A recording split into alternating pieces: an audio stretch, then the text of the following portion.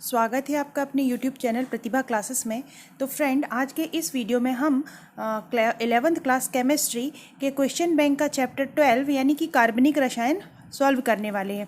तो फ्रेंड, इस चैप्टर से टोटल 7 नंबर के क्वेश्चंस आने वाले हैं, जिसमें एक नंबर के 2 क्वेश्चन और 5 नंबर का 1 क्वेश्चन आने वाला है। सबसे पहले हम ऑप्शनल क्वेश्चन या ऑब्जेक्टिव टाइप क्वेश्चन देखेंगे, इसके बाद हम डिस्क्रिप्टिव क्वेश्चन देखेंगे। तो ये एक कंप्लीट वीडियो होने वाला है इस चैप्टर के लिए, तो आप बने रहे मेरे चैनल के साथ। यदि अभी तक आपने मेरे चैनल को सब्सक्राइब नहीं किया है तो प्लीज़ चैनल को सब्सक्राइब कर दीजिए और बेल आइकन को भी प्रेस कर दीजिएगा, ताकि इसी तरह के वीडियो के लेटेस्ट नोटिफिकेशन आप लोगों को मिलते रहें। तो चलिए स्टार्ट करते हैं आज का वीडियो। हमारा पहला क्वेश्चन है, कार्बन में निम्नलिखित में से कौन सी संकरण अवस्था नहीं पाई जाती?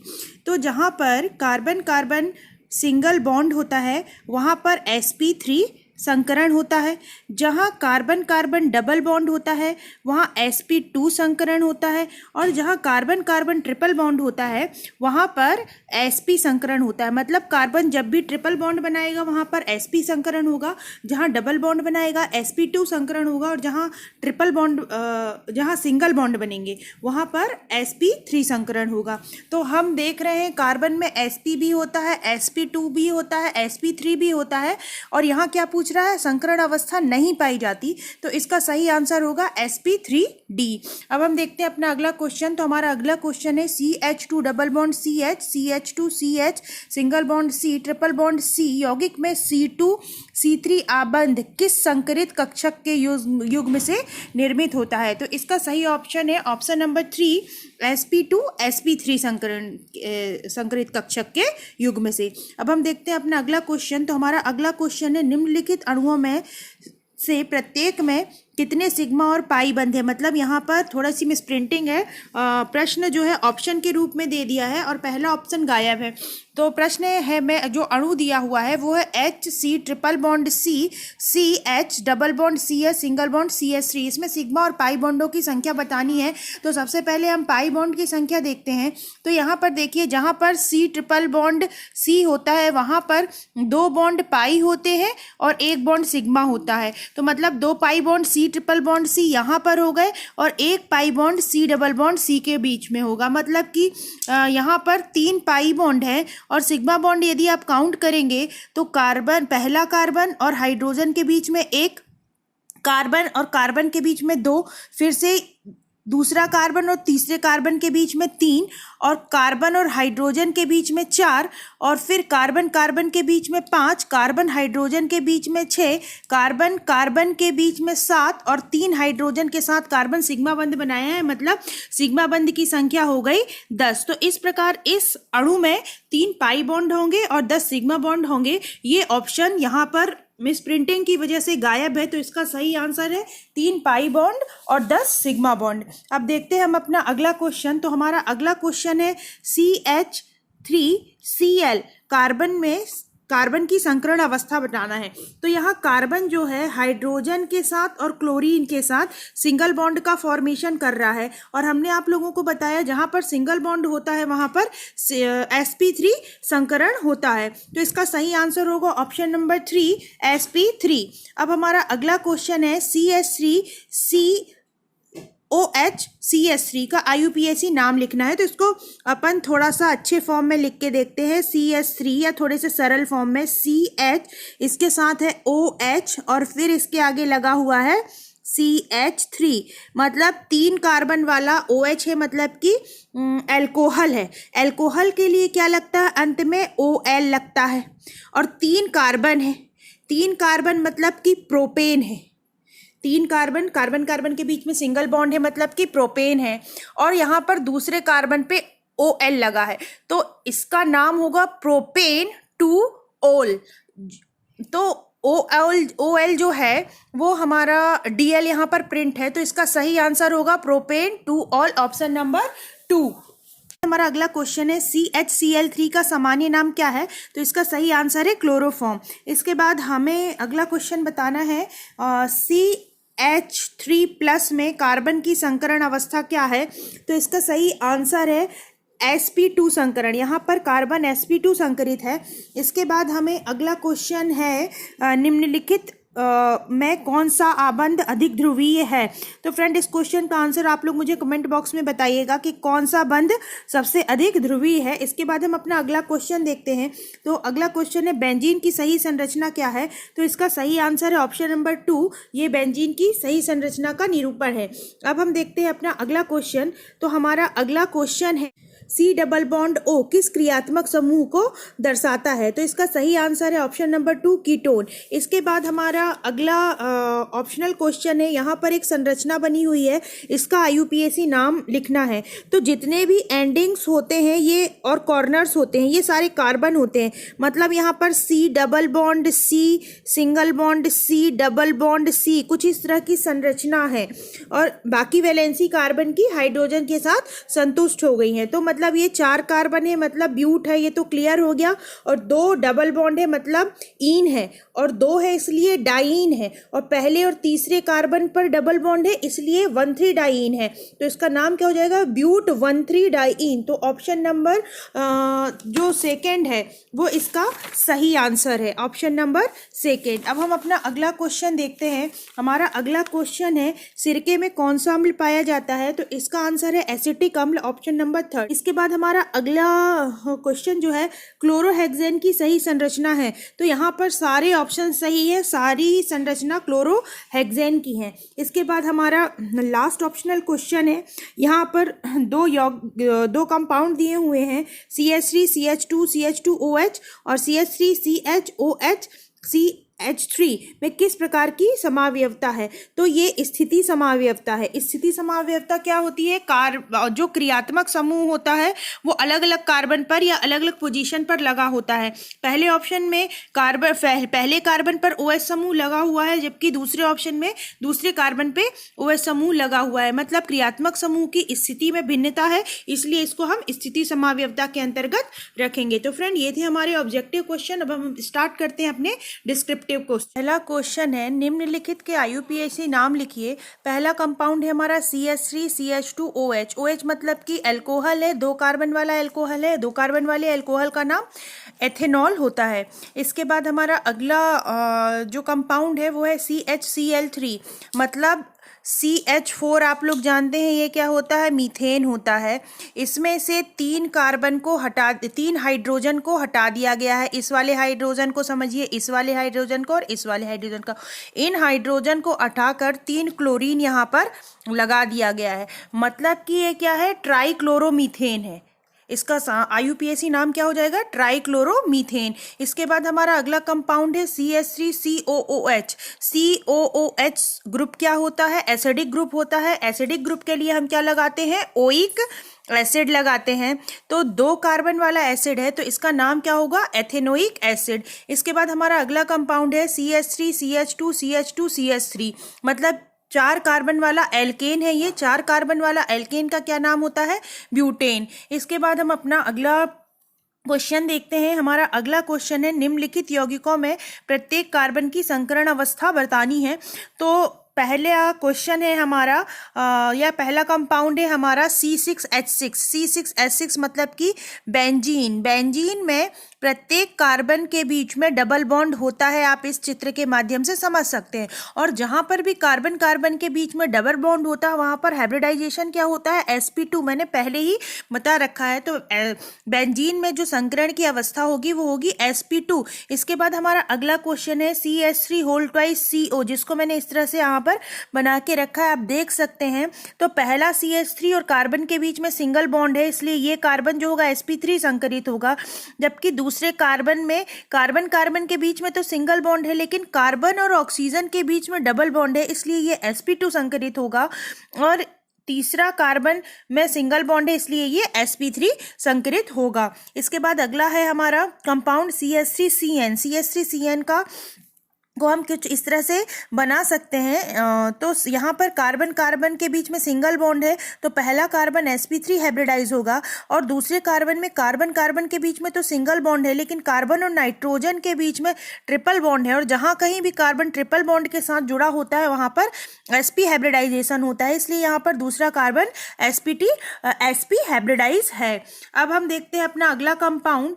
तो हमारा अगला कंपाउंड है HCON H2, जिसको अपन कुछ इस तरह से बना सकते हैं। तो यहाँ पर एक ही कार्बन है, इस कार्बन में देखिए डबल बॉन्ड के साथ क्या जुड़ा हुआ है, ऑक्सीजन जुड़ा हुआ है, इसलिए ये sp2 हाइब्रिडाइज होगा। इसके बाद हमारा अगला कंपाउंड है CH3CH डबल बॉन्ड CH उसको हम कुछ इस तरह से बना सकते हैं। तो यहाँ कार्बन की हाइब्रिडाइजेशन स्टेट बतानी है। तो पहला कार्बन जो है वो सिंगल बॉन्डेड है इसलिए sp3, दूसरा कार्बन में डबल बॉन्ड है इसलिए sp2, तीसरे कार्बन में भी डबल बॉन्ड है इसलिए sp2 और चौथे कार्बन में नाइट्रोजन के साथ ट्रिपल बॉन्ड है इसलिए ये sp3 हाइब्रिडाइज होगा। इसके बाद हमारा अगला क्वेश्चन है निम्नलिखित यौगिक में कार्बन की संकरण अवस्था एवं अणु की आकृति बताना है। तो पहला यौगिक है हमारा CH2 डबल बॉन्ड O, यानी डबल बॉन्ड है तो हमने क्या बोला sp2 हाइब्रिडाइजेशन होगा और यहाँ इसकी आकृति होगी त्रिकोणीय समतलीय। इसके बाद हमारा अगला क्वेश्चन है CH3F में संकरण अवस्था बतानी है, सिंगल बॉन्डेड है इसलिए sp3 और sp3 हाइब्रिड जितने भी कंपाउंड होते हैं सामान्यतः चतुष्फलकीय होते हैं। इसके बाद हमारा अगला कंपाउंड है HC ट्रिपल बॉन्ड N, यहाँ पर कार्बन sp हाइब्रिडाइज होगा और sp हाइब्रिडाइजेशन में कंपाउंड की जो ज्योमेट्री होती है वो रेखीय होती है। अब हम बढ़ते हैं अपने अगले क्वेश्चन की ओर। तो हमारा अगला क्वेश्चन है निम्नलिखित यौगिकों के IUPAC नाम लिखना है। तो हमारा पहला कंपाउंड जो है वो है CH3 CH2 CHOH CH2 CH2 CH CH3 CH2 CH3। तो IUPAC नाम लिखने के कुछ रूल्स होते हैं। सबसे पहला नियम होता है हमको सबसे लंबी कार्बन श्रृंखला का चयन करना होता है। उसके बाद दूसरा रूल आता है नंबरिंग का, कार्बन को नंबर देना। तो कार्बन को नंबर उस सिरे से दिया जाता है जहां से क्रियात्मक समूह यदि उपस्थित है तो क्रियात्मक समूह वाले कार्बन को कम नंबर मिले। तो यदि हम इस साइड से नंबर देते तो कार्बन कौन से नंबर पे आता, क्रियात्मक समूह वाला 1 2 3 4 5 6 छठवें नंबर पे आता है। इसलिए हमने नंबर आपके लेफ्ट हैंड साइड से दिया है, यानी इस साइड से दिया है, तो क्रियात्मक समूह के कार्बन को मिला हमें तीसरा नंबर। टोटल कार्बन यहाँ पर 8 है, मतलब कि ऑक्टेन है ये, और एल्कोहल है मतलब OL लगेगा। OL कौन से कार्बन पे है, तीसरे कार्बन पे। तो हम नाम कैसे लिखेंगे, पहले हम एल्केन देखते हैं कौन सा है, ऑक्टेन, तो हम लिख देंगे ऑक्टेन। अब हमें क्या करना है, एल्केन के नाम के पहले एल्किल ग्रुप का नाम लिखना है। एल्किल ग्रुप कौन से कार्बन पे है, छठवें कार्बन पे है, इसलिए हम लिखेंगे 6 मैथिल। क्या लिखेंगे, 6 मैथिल। और एल्केन के नाम के बाद हमें क्रियात्मक समूह का नाम नंबर सहित लिखना है।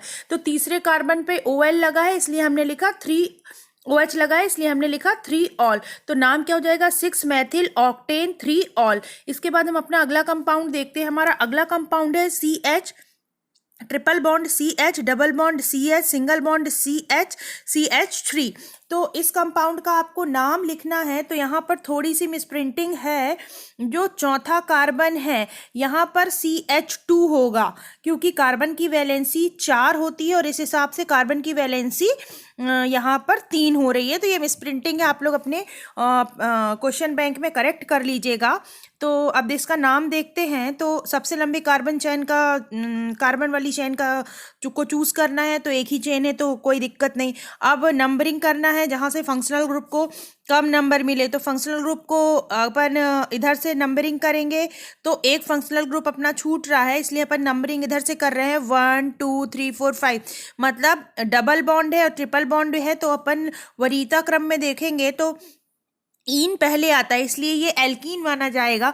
तो क्या है ये 2, दूसरे कार्बन पे डबल बॉन्ड है इसलिए 2 पेंटीन, और पहले कार्बन पर ट्रिपल बॉन्ड लगा इसलिए 1 2 पेंटीन 1 इसका नाम होगा। इसके बाद हमारा अगला कंपाउंड है CH3 CH2 C double bond O CH2 C double bond O CH3। तो वही रूल है, सबसे लंबी कार्बन का श्रृंखला का चयन करना है, फिर नंबरिंग करना, उधर से जिधर से क्रियात्मक समूह को कम नंबर मिले तो क्रियात्मक समूह आपको पहचानना आना चाहिए। यहाँ पर C डबल बॉन्ड O क्रियात्मक समूह है, मतलब ये कीटोन है, और कीटोन के लिए हम क्या लगाते हैं, ONe लगाते हैं, आपको पता है। और दूसरे और चौथे कार्बन पर डबल बॉन्ड लगा और डबल बॉन्ड O है, मतलब डायोन है ये, 2,4 डायोन है ये। और एल्केन कौन सा है आपका, 6 कार्बन वाला, तो इसका नाम क्या हो जाएगा, हेक्सेन 2,4 डायोन। इसके बाद हमारा अगला कंपाउंड है CH3 CH2 COOH, यानी 3 कार्बन वाला एसिड है, तो ये इसका नाम क्या हो जाएगा, प्रोपेनोइक एसिड। इसके बाद हमारा अगला कंपाउंड है CH3C, CH3, CH3, CH3।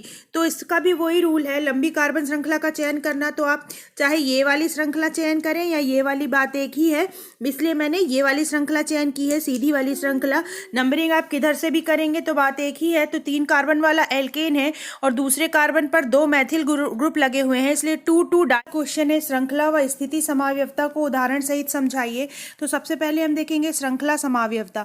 समावयवी क्या होते हैं? ऐसे यौगिक होते हैं जिनके अणु सूत्र समान होते हैं लेकिन संरचना सूत्र भिन्न भिन्न होते हैं। तो श्रृंखला समावयवता में क्या होगा? कार्बन की श्रृंखला में भिन्नता आएगी। जैसे कि यहाँ पर देखिए C4H10 के 2 श्रृंखला समावयवी हैं। पहला अगर अपन C4H10 को लिखें तो CH3, CH2, CH2, CH3 4 carbon वाली श्रृंखला है और इसमें आप कार्बन काउंट करेंगे तो 4 और हाइड्रोजन काउंट करेंगे तो 10। तो ये है नॉर्मल ब्यूटेन। लेकिन अपन इसको दूसरी तरह से भी लिख सकते हैं CH3, CH, CH3, CH3, मतलब 3 कार्बन वाली श्रृंखला है तो ये प्रोपेन हुआ और दूसरे कार्बन पर मैथिल ग्रुप लगा है तो 2 मैथिल प्रोपेन। तो यहाँ कार्बन परमाणु की श्रृंखला में भिन्नता आई, तो ऐसी समावयवता क्या कहलाती है? श्रृंखला समावयवता। उसके बाद हम देखते हैं स्थिति समावयवता। स्थिति समावयवता अपन ऑप्शनल क्वेश्चन पढ़ते समय भी समझ चुके हैं। इसमें क्या होता है? क्रियात्मक समूह की स्थिति में भिन्नता होती है। क्रियात्मक समूह अलग अलग कार्बन पे लगा होता है। जैसे कि अपन देख सकते हैं, एक उदाहरण है C3H7OH, इसके 2 स्थिति समावयवी हैं। क्रियात्मक समूह एक ही है, पहला क्या है? CH3, CH2, CH2OH। यहाँ पर आप कार्बन काउंट करेंगे तो 3, फिर कार्बन से लगे हुए हाइड्रोजन है 7, 3 2 5 2 7 और OH है। और दूसरा अगर अपन देखें इसका स्ट्रक्चर तो होगा CH3, CH, CH3 और बीच वाले CH से OH ग्रुप लगा हुआ है, मतलब दोनों ही अल्कोहल है। लेकिन पहला वाला जो अल्कोहल है प्रोपेनॉल है और दूसरा वाला जो पहला जो अल्कोहल है वो 1 प्रोपेनॉल है और जबकि दूसरा अल्कोहल जो है दूसरे कार्बन पे OH लगा है, इसलिए 2 प्रोपेनॉल है। अब हम बढ़ते हैं अपने अगले क्वेश्चन की ओर। तो हमारा अगला क्वेश्चन है प्रेरणिक प्रभाव से क्या समझते हैं? प्रेरणिक प्रभाव क्या होता है? कार्बनिक पदार्थ में कार्बन भिन्न भिन्न ऋण विद्युता वाले तत्व से जुड़े होने के कारण क्या होता है? इलेक्ट्रॉन का विस्थापन हो जाता है। यानी कार्बन जब भिन्न ऋण विद्युता वाले तत्व के साथ जुड़ा होगा तो ये जो सहसंयोजक बंध के इलेक्ट्रॉन होते हैं वो या तो कार्बन की ओर खिसक जाएंगे या कार्बन से दूर खिसक जाएंगे। तो इस विस्थापन को अपन प्रेरणिक प्रभाव कहते हैं। ये 2 प्रकार का होता है, +I प्रभाव और -I प्रभाव। अब देखिए यदि कार्बन जो है हाइड्रोजन के साथ जुड़ा हुआ है इस तरह से 4 हाइड्रोजन, या तक कि मीथेन में कार्बन 4 हाइड्रोजन के साथ जुड़ा होता है। अब देखिए जो कार्बन होता है उसकी ऋण विद्युता हाइड्रोजन से ज्यादा होती है तो सहसंयोजक बंध के इलेक्ट्रॉन कार्बन की ओर खिसक जाते हैं। तो मतलब जब सहसंयोजक बंध के इलेक्ट्रॉन का विस्थापन कार्बन की ओर होता है तो उसको हम बोलते हैं +I प्रभाव। लेकिन यदि यहाँ पर हम CCl4 की बात करें, कार्बन टेट्राक्लोराइड की बात करें, तो कार्बन 4 क्लोरीन के साथ जुड़ा होता है। यहाँ पर क्लोरीन की ऋण विद्युता कार्बन से ज्यादा होती है तो सहसंयोजक बंध के इलेक्ट्रॉन कार्बन से दूर उच्च ऋण विद्युतीय तत्व की ओर खिसक जाते हैं। तो जब कार्बन से दूर उच्च ऋण विद्युतीय तत्व की ओर इलेक्ट्रॉन खिसकते हैं तो इसको बोलते हैं -I प्रभाव। जैसे Cl4 में -I प्रभाव होता है। इसके बाद हम देखते हैं अपना अगला क्वेश्चन। तो हमारा अगला क्वेश्चन है अनुनाद प्रभाव किसे कहते हैं, इसके प्रकारों को समझाइए। तो पाई बंध के जो इलेक्ट्रॉन होते हैं उनका स्थानांतरण बहुबंध युक्त अणु की ओर होना अनुनाद कहलाता है। पाई बॉन्ड के इलेक्ट्रॉन का स्थानांतरण बहुबंध युक्त अणु की ओर होना क्या कहलाता है? अनुनाद प्रभाव कहलाता है। किंतु ये स्थानांतरण कब होता है? जब अभिक्रिया नहीं हो रही हो, कोई अभिकर्मक हो या ना हो, इसका कोई फर्क नहीं पड़ता। जैसे कि यहाँ पर देखिए इस डायग्राम में दिखाया गया है पाई बॉन्डेड जो बहुबंध युक्त एटम है वो यहाँ पर कौन है? कार्बन, जो यहाँ पर बना हुआ है। तो पाई बॉन्ड के इलेक्ट्रॉन की शिफ्टिंग हो गई इस कार्बन के ऊपर, इसलिए कार्बन के ऊपर ऋणावेश आ गया। जबकि ऑक्सीजन के पास लोन पेयर ऑफ इलेक्ट्रॉन थे तो उसने lone pair of electron donate कर दिया, इसलिए ऑक्सीजन के ऊपर धनावेश आ गया। अब अनुनाद प्रभाव भी 2 प्रकार का होता है, +R प्रभाव और -R प्रभाव। तो क्या होता है +R प्रभाव? +R प्रभाव में क्या होता है? एकाकी इलेक्ट्रॉन युग्म कोई परमाणु एकल बंध द्वारा संयुग्मी तंत्र से जुड़ा होता है। जब ऐसा अणु जिसके पास लोन पेयर ऑफ इलेक्ट्रॉन हो वो सिंगल बॉन्ड के द्वारा कार्बन के साथ जुड़ा होता है, तब पाई बॉन्ड के इलेक्ट्रॉन का बहुबंध युक्त अणु की ओर स्थानांतरण हो जाता है। जैसे क्लोरीन, यहाँ पर देखिए क्लोरीन के पास लोन पेयर ऑफ इलेक्ट्रॉन है तो वो किससे जुड़ा हुआ है, सिंगल बॉन्ड से जुड़ा हुआ है कार्बन के साथ। तो पाई बॉन्ड के इलेक्ट्रॉन इस कार्बन की ओर स्थानांतरित हो गए, तो इसे बोलेंगे हम प्लस आर प्रभाव। अब माइनस आर प्रभाव क्या होता है, जब लोन पेयर ऑफ इलेक्ट्रॉन वाला अणु डबल बॉन्ड से जुड़ा होता है तो पाई बॉन्ड के electron lone pair of electron वाले अणु की ओर स्थानांतरित हो जाते हैं, तो इसे क्या बोलते हैं हम, माइनस आर प्रभाव। अब हम देखते हैं अपना अगला क्वेश्चन। तो हमारा अगला क्वेश्चन है इलेक्ट्रोमेरिक प्रभाव से क्या समझते हो। तो इलेक्ट्रोमेरिक प्रभाव क्या होता है, कार्बनिक पदार्थ में आक्रमणकारी अभिकर्मक की उपस्थिति में बहुबंध के पाई इलेक्ट्रॉन का किसी एक अणु की ओर स्थानांतरण को इलेक्ट्रोमेरिक प्रभाव कहते हैं। इसमें भी पाई इलेक्ट्रॉन का स्थानांतरण हो रहा है, लेकिन कब हो रहा है, आक्रमणकारी अभिकर्मक की उपस्थिति में। यदि हम अभिकर्मक हटा लें तो ये स्थानांतरण भी खत्म हो जाएगा। तो ये इलेक्ट्रोमेरिक प्रभाव दो प्रकार का होता है, प्लस ई प्रभाव और माइनस ई प्रभाव। तो प्लस ई प्रभाव क्या होता है, जब इलेक्ट्रॉन का स्थानांतरण होता है तो आक्रमणकारी अभिकर्मक उस परमाणु से जुड़ते हैं जिसमें इलेक्ट्रॉन स्थानांतरित हो रहे हैं, तो इसको बोलते हैं हम प्लस ई प्रभाव। जैसे आप देख सकते हैं यहाँ पर C double bond O ketone में ऑक्सीजन की ओर पाई बॉन्ड के इलेक्ट्रॉन का स्थानांतरण हो रहा है हाइड्रोजन की प्रेजेंस में, और हाइड्रोजन किस में जुड़ रहा है, उस अणु में उस परमाणु में जुड़ रहा है जिस पर पाई बॉन्ड का स्थानांतरण हुआ है, तो इसे हम बोलते हैं प्लस ई प्रभाव। और माइनस ई प्रभाव में क्या होगा, जो आक्रमणकारी अभिकर्मक है वो उस परमाणु से जुड़ेगा जिस पे इलेक्ट्रॉन का स्थानांतरण नहीं हो रहा है। जैसे कि आप इसमें देख पा रहे हैं इलेक्ट्रॉन का स्थानांतरण ऑक्सीजन में हो रहा है जबकि आक्रमणकारी अभिकर्मक कार्बन से जुड़ रहा है, तो इसको अपन बोलेंगे माइनस ई प्रभाव। अब हम देखते हैं अपना अगला क्वेश्चन। तो हमारा अगला क्वेश्चन है क्रियात्मक व मध्यावयवता समावयवता को उदाहरण सहित समझाना है। तो सबसे पहला है क्रियात्मक समावयवता। तो क्रियात्मक समावयवता क्या होगा, जब क्रियात्मक समूह अलग अलग होगा, अणु सूत्र तो समान होगा लेकिन क्रियात्मक समूह अलग अलग होगा, तो ऐसे समावयवी क्रियात्मक समावयवी कहलाएंगे और यह घटना क्रियात्मक समावयवता कहलाएगी। जैसे कि C2H6O के दो क्रियात्मक समावयवी हैं, आप देख सकते हैं, पहला OH यानी एल्कोहल है और दूसरा ईथर है। दोनों में आप कार्बन और हाइड्रोजन और ऑक्सीजन की संख्या काउंट करेंगे तो C2H6O होगा। इसके बाद हम देखते हैं मध्यावयवता। तो मध्यावयवी क्या होते हैं, एक ही परिवार के सदस्य होते हैं किंतु इनमें परमाणु से भिन्न भिन्न एल्किल समूह जुड़े होते हैं। एक ही परिवार के मेंबर होंगे, जैसे यहाँ पर एग्जांपल दिया हुआ है C4H10O के तीन मध्यावयवी हैं, तीनों के तीनों ईथर हैं, लेकिन क्या होगा, भिन्न किसी एक परमाणु से, समान परमाणु से, सभी इसमें ऑक्सीजन लगा हुआ है, तीनों से भिन्न भिन्न एल्किल समूह जुड़े हुए हैं। पहले में 2 एथिल जुड़े हुए हैं, दूसरे में 1 एथिल 1 प्रोपिल जुड़ा हुआ है, और तीसरे में एक तरफ मैथिल जुड़ा है और दूसरे तरफ आइसोप्रोपिल ग्रुप जुड़ा हुआ है। तो इस तरह के समावयवी क्या कहलाएंगे, मध्यावयवी कहलाएंगे, और यह समावयवता मध्यावयवता कहलाएगी। अब हम देखते हैं अपना लास्ट क्वेश्चन। हमारा लास्ट क्वेश्चन है नाभिक स्नेही व इलेक्ट्रॉन स्नेही अभिकर्मक किसे कहते हैं। तो सबसे पहले हम देखेंगे नाभिक स्नेही अभिकर्मक।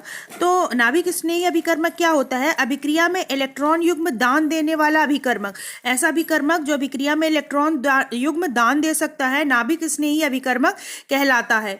जैसे कि आप देख सकते हैं OH minus ion, R3C minus, H2O, NH3, NH2, इन सब के पास एक्स्ट्रा इलेक्ट्रॉन है, तो अभिक्रिया में इलेक्ट्रॉन दान दे सकते हैं, तो इन्हें बोलेंगे नाभिक स्नेही अभिकर्मक। इसके बाद इलेक्ट्रॉन स्नेही अभिकर्मक क्या होगा, इसका जस्ट उल्टा, जो अभिक्रिया में इलेक्ट्रॉन युग्म ग्रहण कर सकते हैं, तो ऐसा अभिकर्मक क्या कहलाएगा, इलेक्ट्रॉन स्नेही अभिकर्मक। मतलब इनका ऑक्टेट पूरा नहीं होगा, इनको ऑक्टेट पूरा करने के लिए किसी से इलेक्ट्रॉन लेने की आवश्यकता होगी, तो ऐसे अभिकर्मक इलेक्ट्रॉन स्नेही अभिकर्मक कहलाएंगे। जैसे CH3, C double bond O, X minus, alumina आदि, ये सब क्या होंगे, इलेक्ट्रॉन स्नेही अभिकर्मक कहलाएंगे। तो फ्रेंड, ये था हमारा चैप्टर 12। इसी तरह के वीडियो के लिए हमारे चैनल के साथ बने रहिए। Thank you for watching.